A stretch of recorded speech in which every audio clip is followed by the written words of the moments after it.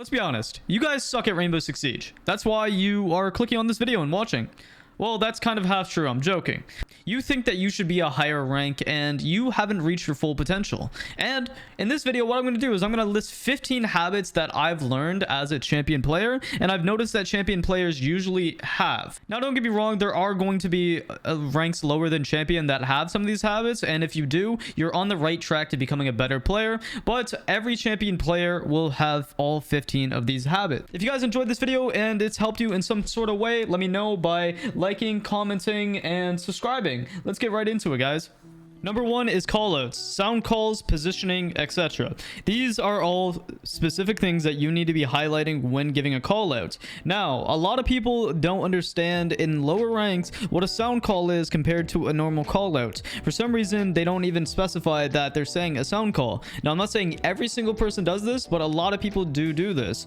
What a sound call is it's audio that you have heard that you can't be completely sure of, but you can give intel. It is intel.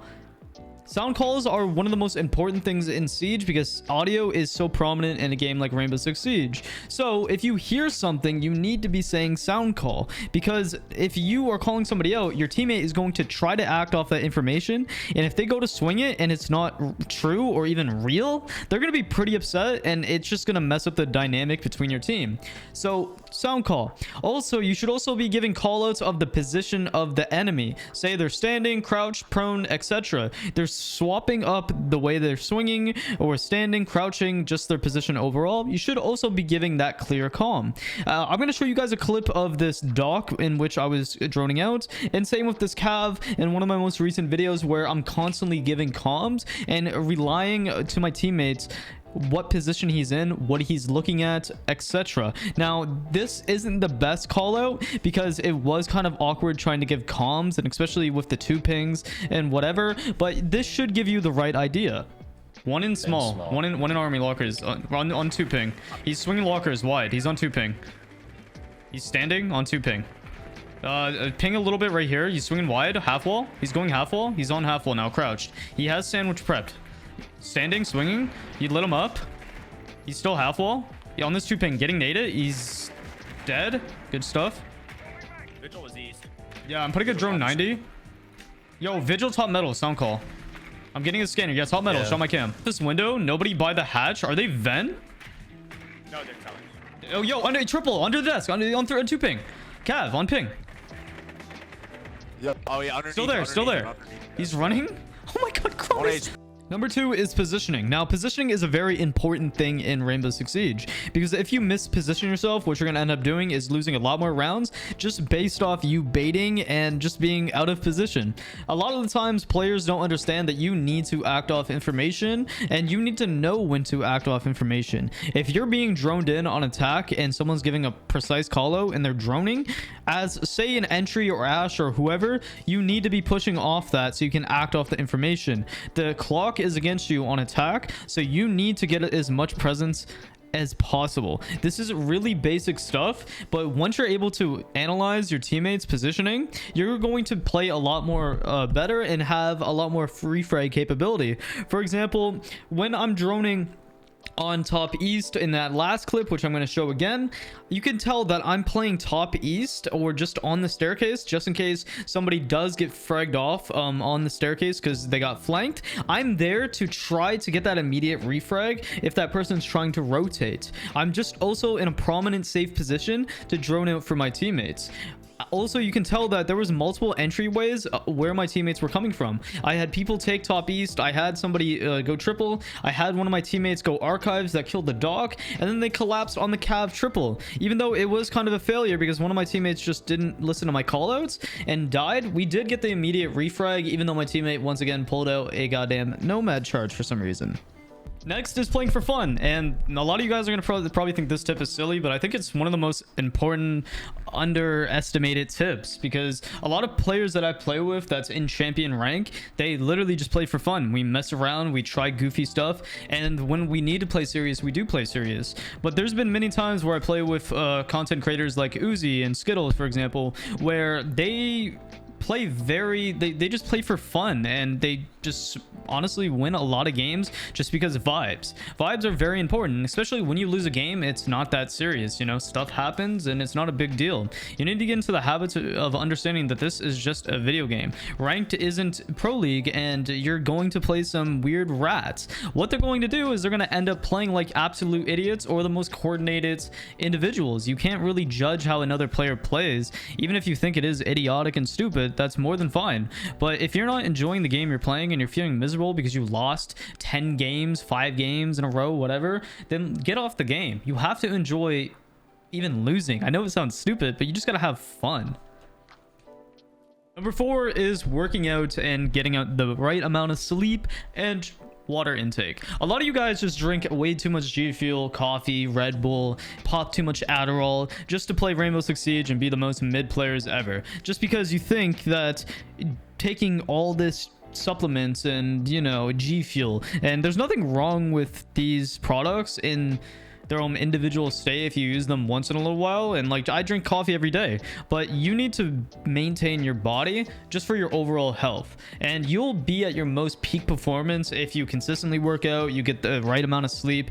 Personally, for me, I like to get a good 8 hours, maybe even 9 hours, but that's just me. Your body can be completely different, and especially drinking like a lot of water. I think I drink over 2 liters or 64 ounces a day, and I feel a lot better than when, you know, for example, if I was only drinking coffee or G Fuel or soda. So your overall health does actually impact the way you play in game, and this is just a habit that would be really good not only for video games but just for the long run, guys. You don't want to be 40 years old about to have a heart attack and because you're overweight or because your body just isn't strong enough. So pick up the weights, guys. Like, honestly, start young as well. Like, I'm 22 years old and I just started picking it up consistently again, and I wish when I was 17, 18 I really stuck with it. So guys, get onto it. Number 5 is thought process throughout the game.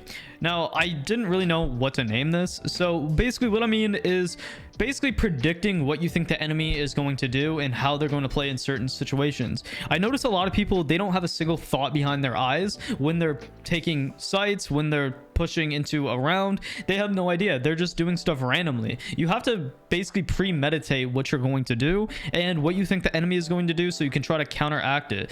And you have to be doing this just by thinking about, what would I do in this situation? This kind of habit is something that just builds up over time the more that you play the game properly. And what I mean by the game properly is not just run around like an idiot and shoot your gun. I understand we're in a meta where we're like that, and especially higher ranked players, but they do that because they understand the game at such a high IQ level that they can counteract utility, and they can play off their teammates that are using the utility and kind of open up the map for them. So you have to kind of just, during a round, you have to ask yourself, what would I do if I was an enemy to combat what I'm doing? And basically just drone or try to just take different types of gunfights to counteract.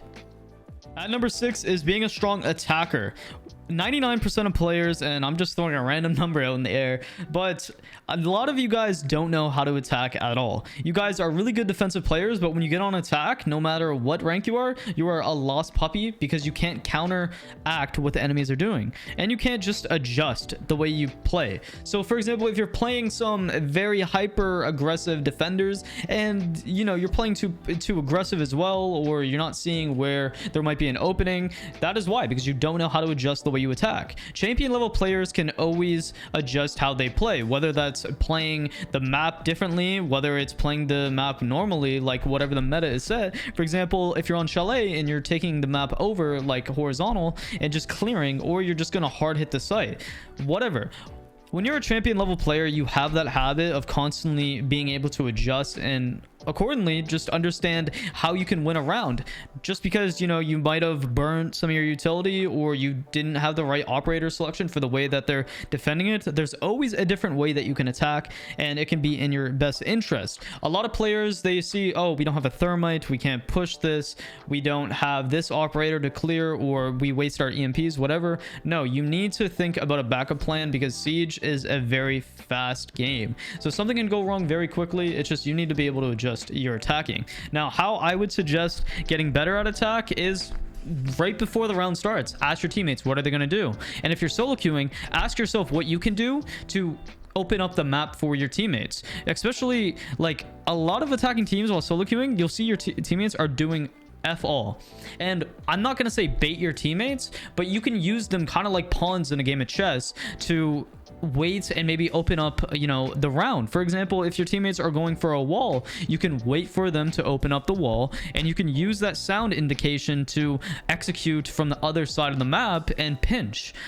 Now that's just one vague example, but just keep in mind, how can you best work the map? Whether that's playing vertical play, whether that's pinching and lurking a little bit, or it is maybe just going hard breach and getting multiple walls.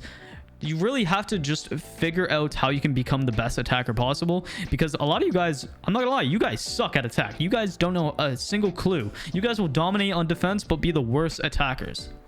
At number 7 is learning from your mistakes. A lot of you guys make the same mistake over and over and over again. And I know this because a lot of you guys that are subscribed to me, you've sent me in VODs or guessing ranks clips, and I've noticed the most simple mistakes you guys have made that really messes up just your momentum going into games, and it's why you lose a lot of games, to be honest, guys. Now, if you want to get better, I would suggest really utilizing match replay, or you can send me a VOD. You don't have to pay me or do any of that stuff. I'm not really with that, to be honest. I don't like really being paid to VOD review because sometimes I just don't have time and I forget about it, which I do apologize. But I probably will have a Google Forms down in the description. I'm going to be VOD reviewing every single rank in Siege. If you guys want your game VOD reviewed, just, you know, don't edit your game at all. I really want to see the most raw part of you, like in a game, that I can. So like if you're misusing utility or making some stupid plays, everybody does it, and like that's just how Siege is. Like nobody is perfect. I don't care what rank you are. I've had moments where I look like the worst player ever, and I've had moments where I look like a great player, and it's all about learning from your mistakes and becoming the best player possible. At number 9 is understanding your faults. This kind of is learning from your mistakes, but for me, my weakest part of my game used to be my mechanics. If you watch my videos back maybe 2 years ago, you'll see my mechanics are very, very average. I'm not saying I have fantastic mechanics at all, but I have pretty decent good mechanics from playing a lot of Valorant, and mixing that in with my aim, I have gotten a lot better, to the point where I can rely on my gun skill instead of just trying to outthink the enemy, which I would kind of latch onto. And you need to make one of your largest like weaknesses your strong suits, and you can do that in many different ways, whether it's your mechanics, callouts, whatever. You just have to identify what that is and then ask yourself, how can I improve this? I would also suggest constantly always playing with better people, whether that's higher ranks or just better people that have been playing the game longer or understand the game at a more strategic level. At number 10 is playing for perspective. Basically, what playing for perspective is giving yourself the upper hand to see your enemy before they see you. A lot of people say that perspective in Siege is really broken, but it's not. The camera angle makes a lot of sense, and a lot of people just don't use it to their advantage, and these people are usually lower ranks because they don't understand how perspective works. I'm going to link a video down in the description where I completely go through and learn, 10 essential skills and explain them, and I would really highly suggest watching that video. It'll be down in the description, where the thumbnail and title looks like this on screen, guys. At number 11 is being open to criticism. When it comes to criticism, this is a habit that, if you know, in any field, you need criticism to become better. Now, I'm not saying that every single champion would have this, because a lot of people just base their gameplay off of certain skills and whatever, and they're not really taking it that serious. But if you're taking it this serious, where you want to see a dramatic increase of gameplay, you're just going to take criticism from your friends, from me, from anybody, because criticism is how you're going to get better. You're not going to be able to see every single moment the way that other people are seeing it, because in certain situations you're going to be playing it how you think is the proper way. So yeah, you guys need to take criticism. At number 12 is aim training. This is one of the most basic things you can be doing to make your mechanics and aim 10 times better. It doesn't need to be like Aim Lab or whatever. It can be like other games. Like, I play a lot of Valorant, and I know my sensitivity is different in Valorant, so it might not make sense to you guys. But when it comes to my overall mechanics and the way that my muscle memory is with my keyboard, I feel like I'm a lot more consistent after playing so much Valorant, because you kind of have to have better aim than the enemy player, or just better, you know, mechanics as well, and positioning to really outgun multiple people. And in Valorant, I feel like that has really changed the way that I play Siege. So if you guys are able to, I would suggest playing more games like that. That's going to challenge your mechanics. Even if you don't like Valorant or CSGO or even Apex, I would try playing one of them just for fun. At number 13 is not playing for stats. Too many people come into my Twitch chat or my YouTube comments or whatever, and they'll constantly just argue about their KD being high and their rank being low, and you have to realize that that really doesn't matter. Like, you can laugh at a champion that has a 0.8 or 0.9 KD, but you compare that to a gold or silver that has a 1.4 KD, 1.5. It's not going to match up because, one, the gold is baiting for their kills, or they're just putting themselves in positions where to get empty frags, and the champion is taking map control and dying, but still giving the team critical information to win rounds. There's a huge difference between the two. It doesn't mean that the champion's carried. They don't have a 0.5. It just means they're playing for the win. And a lot of players just play for the KD boost because they think that really does matter. And sure, you might get laughed at for having a lower KD, but at the end of the day, it doesn't really matter. Like, I bet there's plats and golds with 1.8 KDs that I know for a fact I'm better than, but my stats might not say so. At number 14 is constantly Shaiko peeking, just to gain information, not only to try to get kills. Once again, if you guys don't know how to Shaiko peek, that same video that I talked about a few tips ago, I teach you how to Shaiko peek consistently and how to practice it. If you guys want to go check that out. But Shaiko peeking is a great way to gain information and to really readjust your crosshair so you can try to, you know, get that easy headshot. Last but not least is not caring about scoreboard. Once again, this kind of goes back into what I said about stats. It doesn't matter. If you have a bad game, it really doesn't reflect your performance as a player, because you could be droning, you could be giving the best callouts, you could be getting on cams, setting up the util, going specific operators, and you could just be having a bad game. And everybody has bad games. It's just understanding that it doesn't matter if you had a game where you go 0-6. You have to just go into the next game with a fresh reset, because it's going to happen. You're going to have games where you just play absolutely bad, but that doesn't really define you as a player, and it doesn't really matter at the end of the day. So if you have a bad game, just GG, go next. It's really not that deep. And if you're playing with people who make you feel bad about performances like that, then maybe you just shouldn't be playing with them. There's a difference between banter and then someone trying to deadass humiliate you over a video game. You're supposed to be having fun at the end of the day. Anyways, guys, if you enjoyed the video, make sure you guys like, sub, and comment. And if you want to come check out my stream sometime or send me a VOD or whatever, you can join my Twitch stream. Link is down in the description. And thank you guys so much for watching the video, and if you made it this far in.